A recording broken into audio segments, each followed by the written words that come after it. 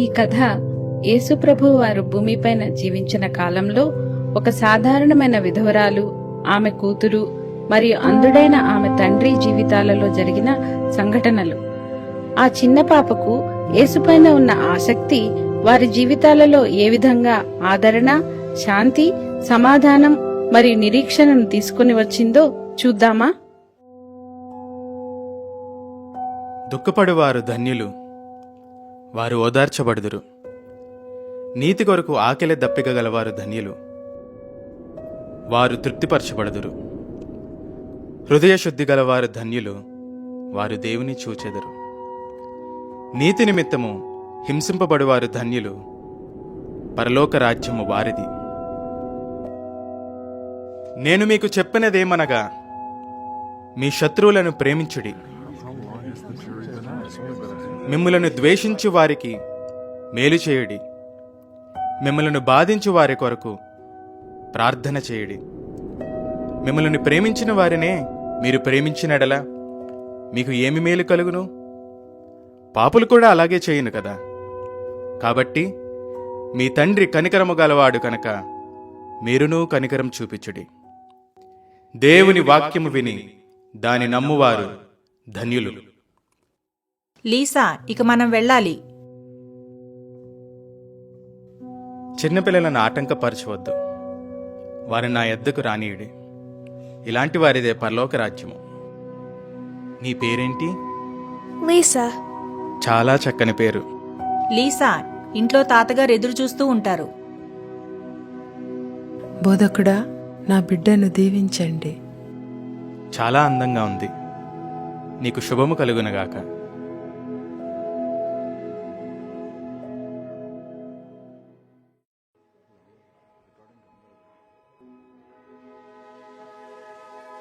అమ్మా, ఆయనెవరు?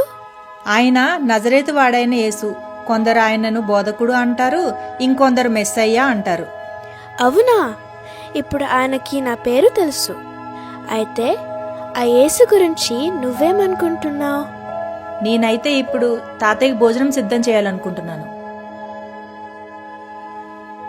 తాతయ్య, మీరేమనుకుంటున్నారు? మెస్సయ్య అని మీరు నమ్ముతున్నారా? తాతయ్యకి ఎలా తెలుసు? తాతయ్య ఎప్పుడు చూడలేదు కదా. తాతయ్య తెలివైన వారు కదా, తప్పకుండా తెలిసే ఉంటుంది. మెస్సయ్య కొన్ని ఏండ్ల క్రితం బెత్లెహేములో దైవకుమారుడు పుట్టినాడనే వార్త విన్నాను. ఆ బాలుడు ఇతడేనేమో. ఇక నీ ప్రశ్నలు ఆపి బయటికి వెళ్లి నీళ్లు తీసుకురా. తాతయ్యకి ఆకలి వేస్తూ ఉంటుంది.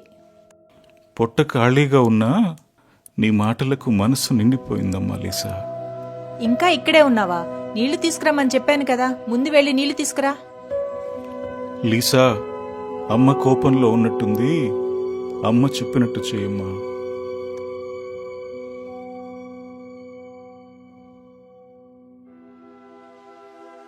లీసా అడిగే ప్రశ్నలకు నాకు భయం వేస్తుంది నాన్న.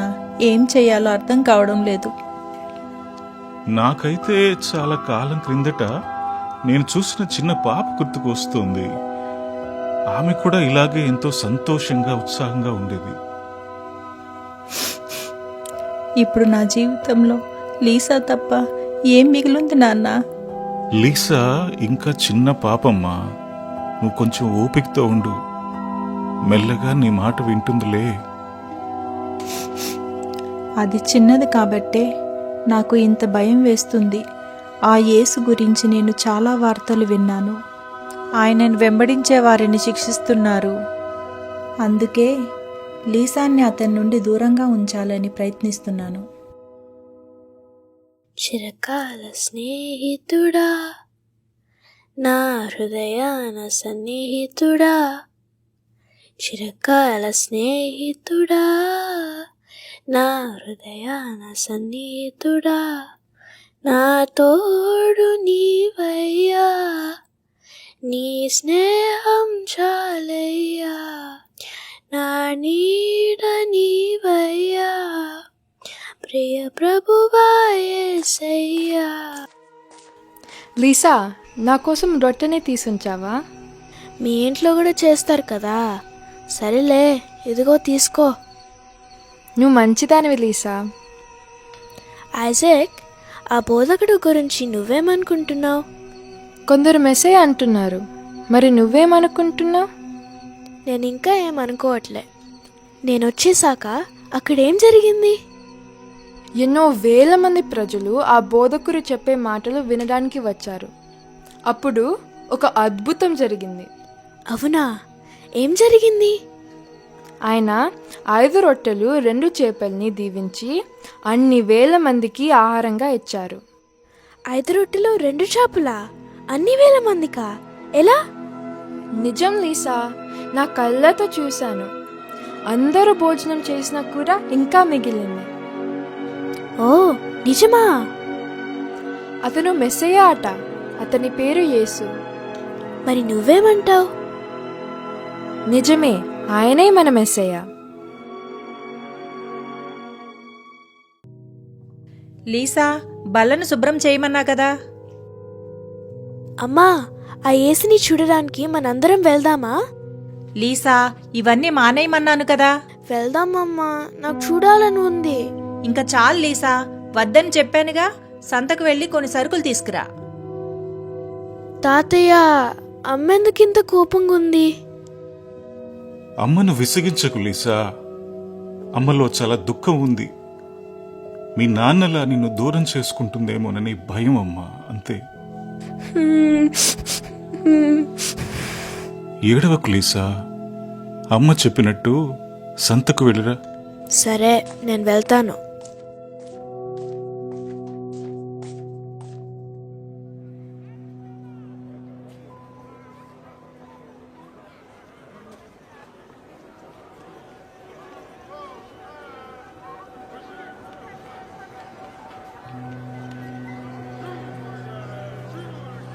లీసా,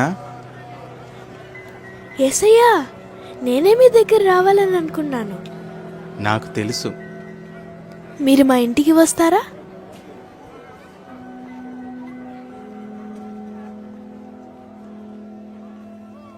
ఎంత పని చేసావు లీసా. నాన్న, లేవండి. ఏమైంది సారా? లీసా యేసుని ఇంటికి తీసుకుని వస్తుంది. తాతయ్య, మన ఇంటికి యేసు వచ్చారు. సారా, రూబేను, నీకు శుభము. యేసు,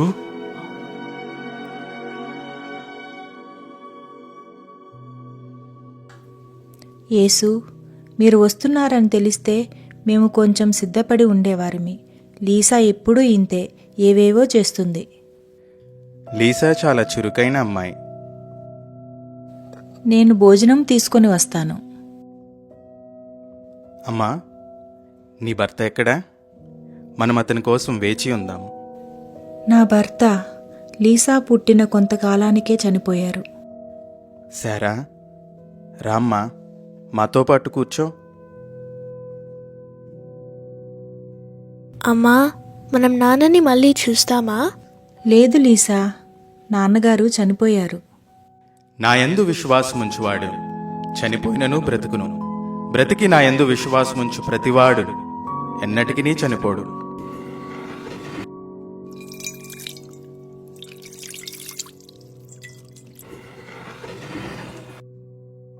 తాతయ్యకి కళ్ళు కనిపించేటప్పుడు అన్నీ ఆయనే చూసుకునేవారు. ఇప్పుడైతే మేమే తాతయ్యని చూసుకోవాలి.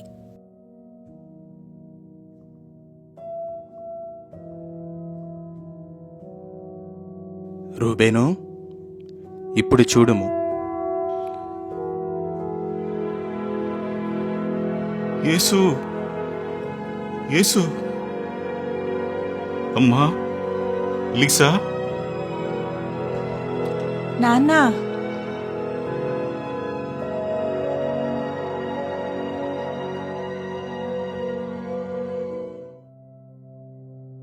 అమ్మో, మర్చిపోయా.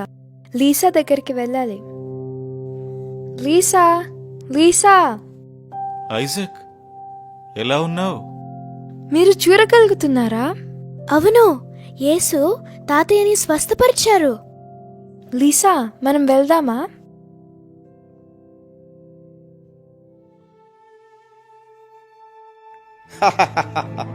యూదుల రాజట, తగిన శాస్తి చెయ్యాలి.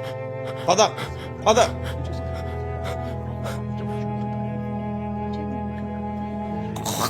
థు. నువ్వు లోకరక్షకుడువా? ఇదిగో దైవ కుమారుడు. యూదుల రాజా, ఇదిగో నీ కిరీటం. అప్పటి రోమా ప్రభుత్వము అన్యాయముగా యేసుకు సిలువ వేయమని తీర్పునిచ్చెను. సైనికులు యేసును దుర్భాషలాడి అవమానపరిచి కఠినముగా శిక్షించి సిలువ వేసిరి. అంతగా బాధింపబడినను యేసు వారిని ఒక్క మాటైనా అనక, లోకపాపములను భరించుటకై వదకు తేబడిన గొర్రెపిల్ల బొచ్చు కత్తిరించువాని ఎదుట మౌనముగా ఉండినట్లు యేసును మౌనము వహించెను. సిలువలో ఆయన కార్చిన రక్తము ద్వారా సర్వలోకానికి పాప విముక్తి కలుగచేసెను.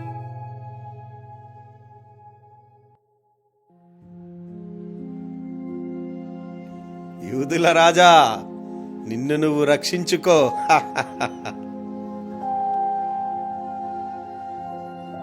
తండ్రి, వీరేమి చేయుచున్నారో వీరికి తెలియదు.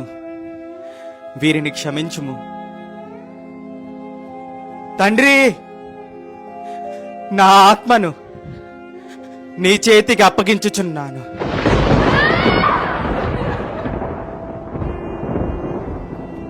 యేసు దాదాపు మిట్ట మధ్యాహ్న సమయములో ప్రాణము విడిచెను. అప్పుడు 3 గంటల పాటు దేశమంతా చీకటి నిండెను. శతాధిపతి జరిగినదంతయూ చూచి, ఈ మనుష్యుడు నీతిమంతుడని చెప్పి దేవుణ్ణి మహిమపరిచెను. యేసు చాలా మంచివాడు కదమ్మా, ఎందుకలా జరిగింది? యేసు లోకాన్ని రక్షించడానికి వచ్చారమ్మా. ఆయన చెప్పినట్లే మన కొరకు ఆయన చనిపోయారు. అయితే యేసు మనందరి కోసం చనిపోయారా? అవును లీసా. నాన్నలాగా యేసుని కూడా చూడలేమా? మరి ఎలా రక్షిస్తాడు? బాధపడకు లీసా, అంతా మంచే జరుగుతుంది.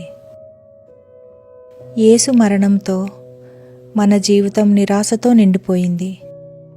మనకిక నిరీక్షణ లేదు.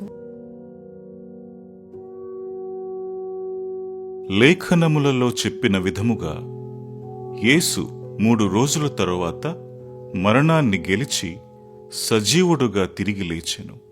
అటు పిమ్మట తనను తాను శిష్యులకు మరికొందరికి సజీవునుగా కనపరుచుకొనెను.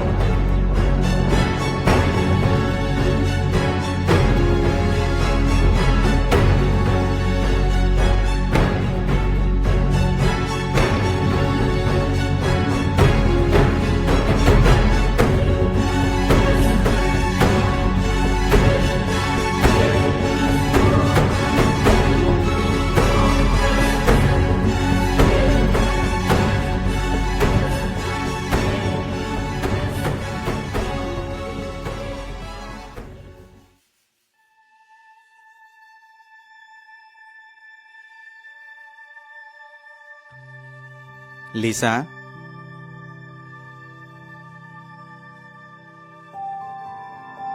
మళ్ళీ నేను చూస్తాననుకోలేదు. నేను నీతో నిరంతరము ఉంటాను.